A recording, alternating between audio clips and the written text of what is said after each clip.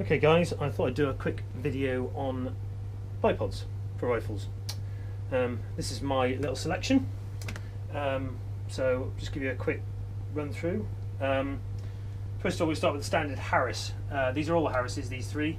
As you can see, all different lengths. They're all similar in that you just pull out the legs, spring loaded. They fit onto a typical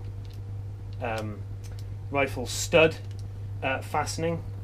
This one's obviously designed for sort of kneeling, sitting type shooting. It's very high. Medium-sized one here. Again, the same. You can adjust the sort of length here with a nut. It's a bit fiddly when you're trying to do it out in the field, but it does work. Fairly secure. They do them that come with graduations as well, like this one, which is a bit easier to use. Tried and tested, work on pretty well any rifle with a bipod stud, and you can get adapters so they go on Picatinny rails. The only real design flaw about these things, because they're spring loaded, they're quite noisy. You know, when you're out in the field, you know, it chings if you do that. They're steel, so they're not super light, but they're not super heavy either. Pretty good standard thing. Start at about 60 or 70 quid and go up to about 100, I think. Then you've got the Atlas bipods. These come in various configurations. This is the quick release configuration, fits on a Picatinny rail, like so. The beauty of these is, I mean, they're easy to adjust, as you can see with graduations, but they don't just do 90 degrees, they do 45 degrees as well. So if you're trying to shoot downhill, you can put that to get the rifle really, really low. Again, the only real downside, really well made. You can tighten up the resistance with this little wheel underneath here, so when the rifle's sitting on top, you know, obviously it's moving around, if you want to move it around, or you can tighten it up, like so. Only real downside of these things is they're not particularly wide. Yeah, they're reasonably stable, but you know, could just do with being a little bit wider. But apart from that, they're brilliant. So that one fits on a Picatinny rail. This one fits on the sort of AI standard spigot in the front of the handguard. But basically, other than that, it's exactly the same. You know, you got the 45 degrees thing again. But the lovely thing about these is you can get different feet for them. So these are the spiked feet. These are what they call the cleat feet, and then these are the sort of standard rubber feet. And they're all interchangeable. You just push that little retaining plug in and pull them out.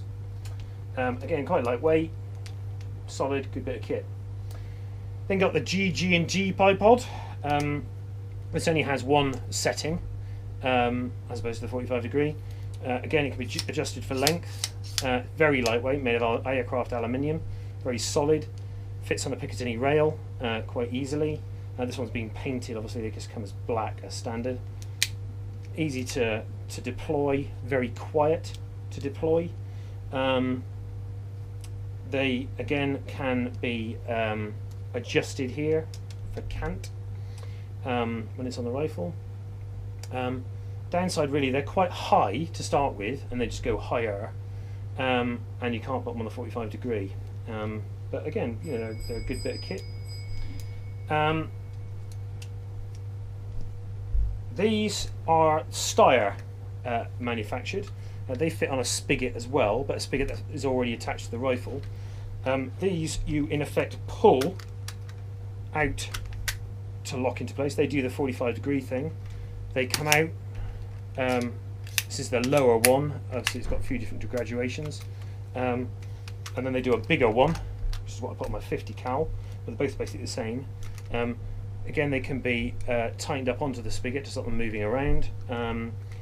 Very lightweight, made of aluminium, pretty good, but you need to have the spigot fitting on your rifle for them to work. You've then got this Tango Fast bipod. You press this button in here to deploy.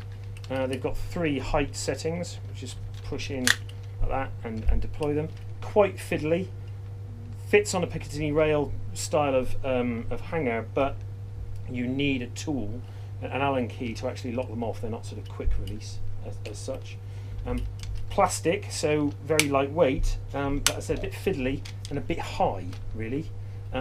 They have this sort of cant system here, which you can't actually tighten up, which is a bit strange. But you know, I think they're designed for sort of AR-15 style rifles, quite high up. Pretty good. And then last but not least, my latest addition to the stable. This is a TST from Czechoslovakia. Beauty of this is, again, you know, you've got 45-degree cant. In fact, you've got 30-degree as well on the legs, easily deployable. Again, quick release Picatinny rail attachment. Also, you have this quick release thing here that allows for the cant and then locks off. But because the rifle's sitting beneath this sort of sling attachment here, it's nice and low and really wide and solid. These twist into any direction. The legs, again, can be adjusted in lots of different positions. Go quite high if you really want it to be high, and fairly low to the ground, you know, when you want it to be low. I only just bought this at the shooting show last weekend, so I've not actually tried it out yet, but it seems really well made and really nice. Not cheap, £345 for one of those. But when you think an Atlas these days, they're from £250 to sort of £300, depending on what configuration you get. So, you know, pays you money, takes your choice, really. Anyway, hope that's of some use to people who are starting out. Thanks for listening.